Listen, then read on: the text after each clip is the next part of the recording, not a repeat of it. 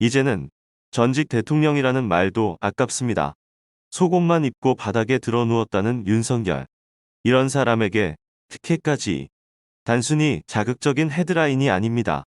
법원이 발부한 체포영장을 전직 대통령이 공개적으로 거부한 전례 없는 사건이 벌어졌습니다. 이번 일은 단순히 윤석열 전 대통령이라는 한 개인의 행동을 넘어 대한민국의 법질서와 사법 권위에 직접적인 타격을 줄 수 있는 사건입니다.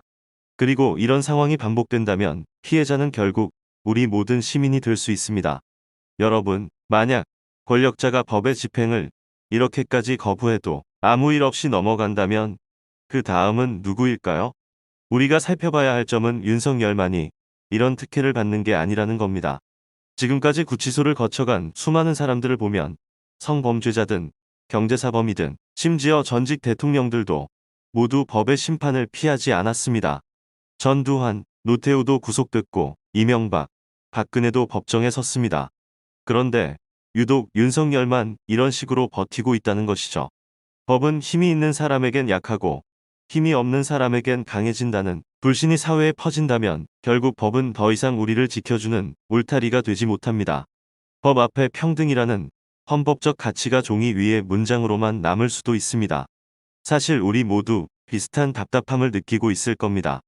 저건 대통령이니까 가능한 거지라는 생각, 그리고 뭔가 불공평하다는 느낌 말이죠.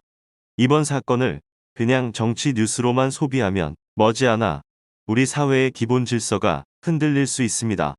그래서 오늘 영상에서는 이 사건의 전모와 법적 정치적 의미를 하나하나 짚어보겠습니다. 끝까지 보시면 왜 이 사건이 단순한 해프닝이 아닌지, 그리고 앞으로 우리가 어떤 시각으로 바라봐야 하는지 알게 되실 겁니다. 윤석열의 특혜에 분노하신다면 구독과 좋아요 한 번씩만 부탁드립니다.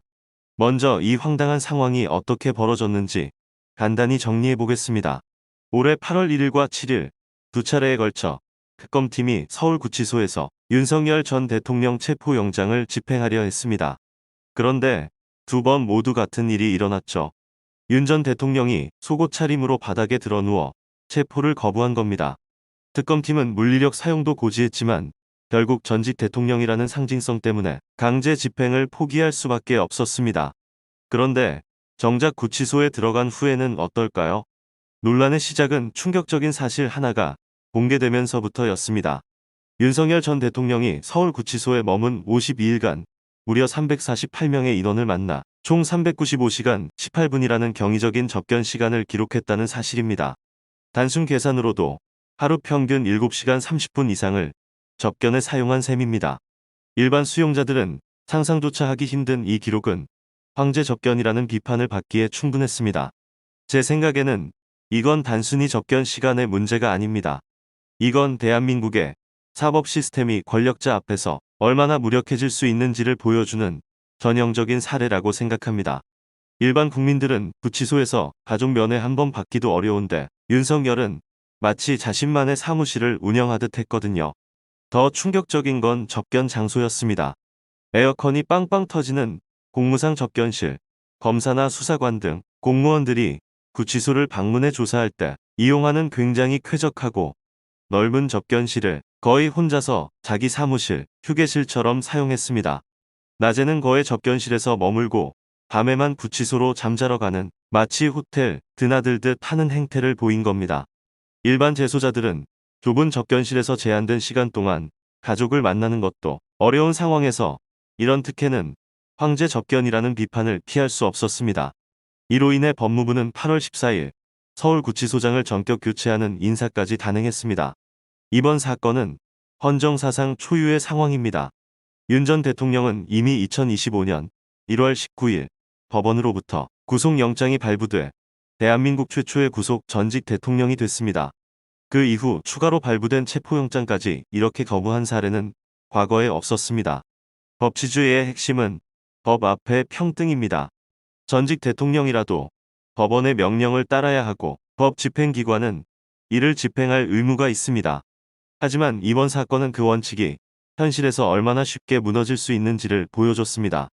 이 사건은 향후에도 한국의 사법 시스템이 전직 대통령 같은 최고 권력자에게 어떻게 법을 집행할 수 있는지에 대한 중요한 선례가 될 것입니다.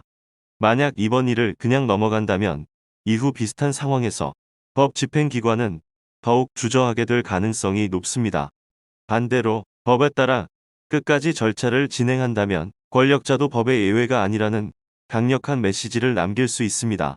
그런데 더 가관인 일이 일어났습니다. 더불어민주당이 윤석열의 체포 과정이 담긴 CCTV 공개를 요구하자 서울구치소 측이 개인정보보호법을 이유로 거절했다는 겁니다. 제 생각에는 이 부분이 가장 화가 나는 지점입니다. 윤석열이 속옷 차림으로 바닥에 드러누워 체포를 거부하는 모습이 개인정보라서 보호해야 한다는 건가요? 그럼 일반 시민들이 구치소나 교도소에서 찍힌 CCTV는 어떻게 설명할 건가요? 사법기관이 증거로 활용하는 그 모든 영상들도 개인정보 아닌가요? 이건 개인정보 보호가 아니라 윤석열 보호입니다. 전직 대통령이라는 이유로 또 다른 특혜를 주려는 것이죠. 국민의 알 권리보다 윤석열의 체면을 더 중요하게 생각하는 겁니다.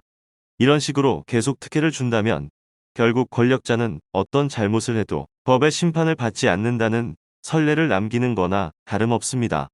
여러분, 법치주의는 우리 모든 사람의 안전망입니다.